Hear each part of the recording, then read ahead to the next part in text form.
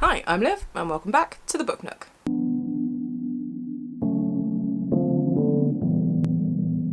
So this video is the mid-year freak-out tag. I don't think, to my recollection, I've ever done one of these before. That could be absolute bullshit, but I don't feel like it is. And I've had a lot of fun watching other people's mid-year book freak-out tags this year, and I know I'm probably technically like a bit late with this, but better late than never, right?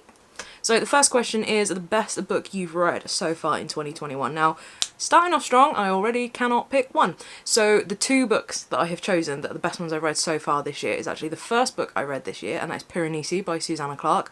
I'm sure you will have seen lots of people raving about this one, and I just loved it so much. And it was a bit of a surprise for me because I think, like a lot of other people, the only other book of Susanna Clarke's I knew was Norrell and Strange, Mr. Jonathan, Dr. somebody, Norrell and Strange. I've done exactly the same thing that I know Lauren and the books did as well, and I watched that video and afterwards I went and looked at it and looked at which way around it was. Completely fallen out of my brain. Never mind, doesn't matter. So I was expecting possibly something quite heavy and quite dry, and it just wasn't that at all. It was just this wonderful, fantastical, magical, warm yet weird and very reliant on sort of memory and who we are and where we are and who do we trust and all of these things, and it was just, there was just something, Piranesi's innocence and trust yet steadfastness was just, it kind of reminded me a little bit of like Sam Gamgee but in another weird parallel universe, and I just loved it so much. And the second book that I'm choosing as my best book read in 2021 so far is Legend Born by Tracy Deonn. Again, this was one that kind of took me by surprise, but not to the degree that it answers that question later on. It was just so good. This take on Arthurian legend but with sort of black history and societies in US colleges and the sort of racial influences on those and the divisions there, but this Arthurian kind of blend of magic with kind of ancestral black magic. It was just absolutely brilliant, and it was funny. It was just, the characters were really rounded. I'm really excited for a follow-up to that one, so yes please. I think the reason I struggled to choose between the two is that those two books consistently are ones that pop back into my head. We're about, we're halfway through 2021 by now. I've been in a bit of a reading slump. I've not read as much as I maybe would have liked to, but I'm still going okay. Not that it matters. But those two books consistently kind of crop up in my memory just at random moments of the day. Characters or phrases or images will just pop up in my head, 6 months on in the case of Piranesi, a little bit less than that in the case of Legend Born.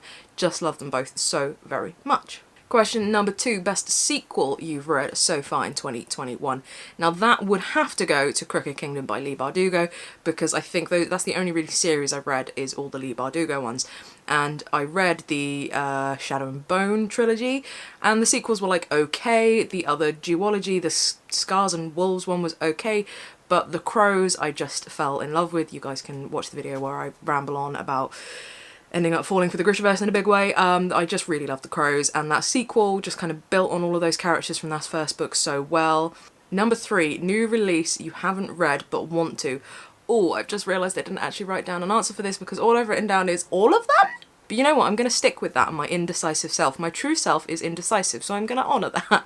And, I've been in this reading slump for a little while, so I've been out of the loop of what's new, what's exciting. I've been trying to keep in touch as much as I can online, but as I mentioned in one of my previous videos, that kind of disconnect between me and the bookish world has kind of meant I've not been as clued in. I'm about to start working in a bookshop again, so I know that I'm going to get more on top of it, but I also know that the new releases that I am aware of, there are just so many that I'm excited to read, that choosing one at this stage when I've been in a slump and all books look so delicious at the moment would just be, that's why I've written down all of them? Question mark, question mark, question mark, question mark, question mark. Pretend that worked. Number 4, most anticipated release for the second half of 21. Actually, one of these could kind of go into that one because I think when I started writing this down it was not out yet, but I think now it is, and that would be The Giant Dark by Savat Hassin. That one looks so exciting, so that kind of fits in both, but mainly, let's face it, the book that I'm most excited about for the second half of 2021, I'm a basic bitch, it's Sally Rooney's Beautiful World, Where Are You? I mean, I thought I was excited enough, and then I read that excerpt from it that was posted on The New Yorker, and it was just like, more, please. So, if anyone from Faber happens to be watching, I am working in a bookshop again. I know I wasn't, worthy of a proof first time around, but love you. Also, Amanda Gorman's poetry collection. I'm really, really very excited to see what that holds. Number 5, biggest disappointment. Unfortunately, that's going to have to be The Shadow of the Gods by John Gwynne.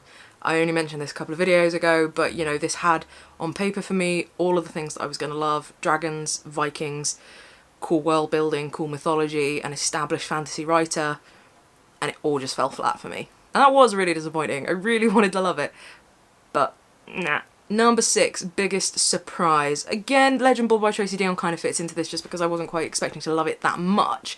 But the biggest all-round surprise when I was looking through my books that I've read to refresh my memory was Chris Whittaker's We Begin at the End.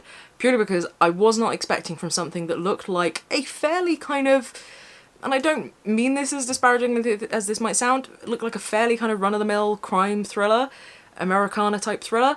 I didn't expect to warm to the characters quite as much, and I certainly didn't expect to be in floods of literal actual tears at the end of the book, which, as I've said before, very rarely happens to me. The actual wetness comes from my eyes after reading a book. I don't know what it is. I get really emotional when I'm reading a book, but I don't actually cry, and this book I was just sat in bed snivelling like a big old baby. And it was good. It was a good read. It was compelling. The characters, so yeah, that was the biggest surprise for me. Number 7, favourite new author. I struggled with this one a little bit because there were quite a few new to me authors that I read that I thought, yeah, I'm really excited about this, I'm really excited about this, I'm really excited about this author, and more stuff. And I could have quite easily, to be honest with you, said Tracy Deonn again because I love Legend Born that much and I want more from her, but I actually think my potential favourite new author, very excited to see more of their writing, even though their book that I read wasn't necessarily one of my total favourites of the year. Like, I did really enjoy it, but I didn't love it as much as I was expecting to, and that is Caleb Azuma Nelson. Now, Open Water, I think I spoke before, I did really enjoy it. I thought it was really beautiful. It didn't quite grab me as much as I was expecting it to, and I think that was because of where I was when I was reading it, but aside from that, just the writing style was so beautiful, so losing all the words that I want. There was just something about the writing style that, even if the book didn't necessarily become a favourite, the writing became a favourite, if that makes sense. So I'm very excited to see what Caleb Azuma Nelson does next, very excited to read more of their work, and yeah, that's why I'm going with Caleb Azuma Nelson for my favourite new author. Okay, 8, newest fictional crush, Nina Zenik from the Grishaverse. It's just Nina. Newest favourite character, Nina, Grishaverse. It was tricky because I've loved a lot of characters in books that I've read, but I think there's something about reading a series of books where a character can really become your favourite. Again, newest favourite character could quite easily become Piranesi as well, because there was something about Piranesi that I really loved. So yeah, okay, maybe newest favourite character is a split between Nina Zenik and Piranesi, for very different reasons. But number 8 is definitely Nina. Number 10, book that made you cry. We Begin at the End by Chris Whittaker. As I've said, actual tears, like a baby. Number 11, book that made you happy. I struggled with this one more than I was expecting. It's not that I've read all depressing books or anything like that, and there were elements of the Crows books and the King of Scars duology that made me happy in terms of, you know, characters getting resolutions and things like this. But I haven't really read any sort of like happy books, but the book that gave me kind of the happiest warm and fuzzy feeling, even though it also gave me some of the sads, was the conclusion to Giant Days, the graphic novel series that you guys have heard me speak about a lot before. It's about 3 girls and it basically tracks their life through university, and the series concluded and it just made me really happy. This kind of wholesome series all the way through, these 3 young women at university finding who they are. And yeah, it just made me really happy. It did also give me, as I say, lots of kind of bittersweet emotions, but that one, I think overall, when I've looked back on the books that I've read this year and had to pick the ones that made me happy, I was like, yeah, my mind went to Giant Days before it went to anything else. Number 12, most beautiful book you have bought or received this year. And you know what, again, I kind of struggled with this one because I feel like most years I either buy or receive a particularly beautiful book, and I know that as soon as I have finished editing this video and uploaded it and a few people have watched it, I know that then that is when I will remember a particularly amazing and beautiful book that is hands down far and away the winner, and I will kick myself. But at the moment I can't think of that, but still one of the easy winners is Sister Song by Lucy Holland, because this cover is just gorgeous. I mean, look at that, look at it. It's so beautiful. Look here. And I think the reason I'm sort of slightly couching in those terms is that when I think of a beautiful book, I don't just think of a beautiful cover or, you know, beautiful dust jacket, that's not what my mind instantly goes to. It goes to something like one of the Keaton Henson books that I've got that's like this book as an object as well and things like that. So that's my own bias kicking in with that. But the most beautiful book off the top of my head that isn't of that category, hands down, Sister Song by Lucy Holland, because it's a stunner. And then finally, number 13, which books do I need to read by the end of 2021? Well, I don't want to give myself a kind of need to read. I don't want to be that prescriptive. I've been trying through the year, I've mentioned it in previous TBRs, to not put as much pressure on myself to read so prescriptively, to just let myself read a little bit more whim, give myself themed things and all of this. So I'm trying not to say to myself, these are books you need to read. But number one will be the new Sally Rooney when it comes out. That's a need on a different level. That's a more existential thing. But I would say there are some books that I need to finish by the end of 21, more because I hate having books hanging over me for more than a year. I like having books that I can dip in and out of, and there are some that are sat upstairs on my bedside table that if I'm not reading anything particular that I want to take to bed with me and I just want to read something of an evening, I will dip in and out of. But I will be totally honest, I haven't touched many of those for months. So there are books that I need to finish. I've got Echoes of Valhalla by John Carl Helgeson, which I will probably hopefully read a lot more of during November, because that will feel like a real kick up the backside to finish that one. But I need to read some more of that, and I started that in January, so I definitely don't want that hanging over me into another year.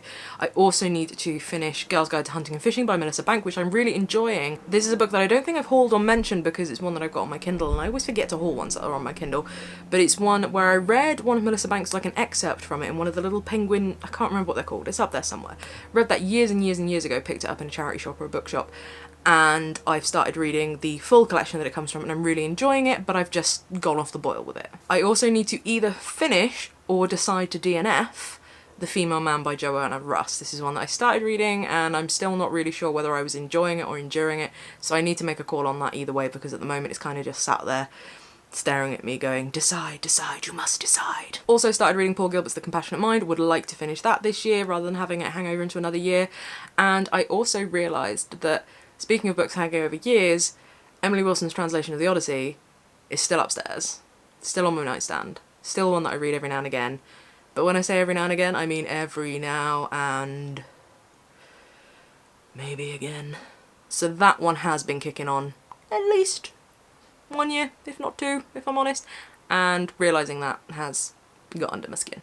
So those are the ones that I need to read by the end of 21, and it's more of a finishing, wrapping up. I would like things tied up by the end of 2021. So that's the mid-year freakout tag. I had a lot of fun thinking about it. Found some of the questions more stressful than I have any right to find them, but that's just a reflection of me as a person. Have a little chat with me in the comments down below about the questions. What are some of your answers? Are any of them the same as mine, or are any of them different? That would be more interesting. Also, have a chat with me in the comments below if there's any books that you've heard me mention on this channel previously that you would have thought might have fit into one of those categories, or expected, that I've either completely forgotten about in my eternal wisdom or have just decided against. It's more likely to be the first, let's be real. Have a little chat with me in general, and I will see you next time for some kind of video.